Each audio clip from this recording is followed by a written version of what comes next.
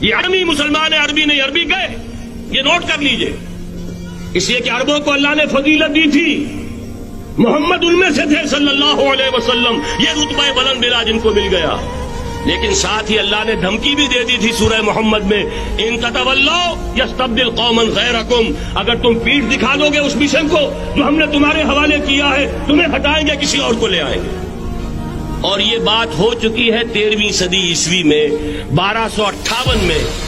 جب سقوط بغداد ہوا ہے، عربوں کے ہاتھ سے عالم اسلام کی قیادت چھین لی گئی، معذور کر دیا۔ اس کے بعد قیادت کن کے ہاتھوں میں آئی؟ ترکوں کے ہاتھ میں، ترکان تیموری ہندوستان میں، ترکان صفوی ایران میں، ترکان سلجوقی مڈل ایسٹ میں، اور ترکان عثمانی کا تو کہنا ہی کیا ہے، وہ ایشیا مائنر سے چل کر آپ کو معلوم ہے کہ مشرقی یورپ کا کتنا بڑا علاقہ، دی گریٹ آٹومان امپائر کی صدی کے آغاز تک قائم تھی۔ اس صدی میں عجیب عجیب معجزے ہوئے ہیں۔ گریٹ آٹومان امپائر جو 3 بر اعظموں پر محیط، نام و نشان ختم۔ The great U S S R, نام و نشان ختم۔ اب تو روس صاحب ایک ملک کی حیثیت سے رہ گئے۔ یہ اس صدی میں 2 اور وقت نہیں ہے، میں اور آپ کو کیا بتاؤں، اس صدی میں تو بڑے بڑے عجیب عجوبے ہوئے ہیں، بڑی بڑی 2 عظیم جنگیں ہو چکی ہیں، تیسری جو ہے سر پر کھڑی ہے، دور نہیں ہے، جس کو حدیث میں کہا گیا ہے الملحمۃ العظمی،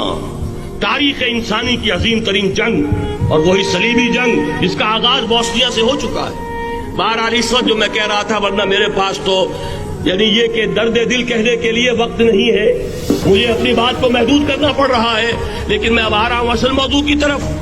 کہ ایک امکان تو یہ ہے کہ اس بلاک میں اسلام کا احیاء ہو،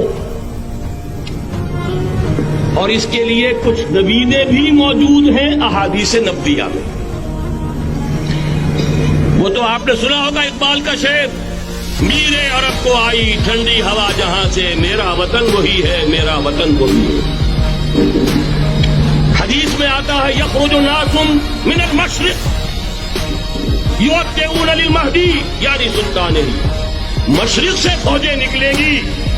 یہ جو کہ مہدی کی حکومت قائم کریں گی،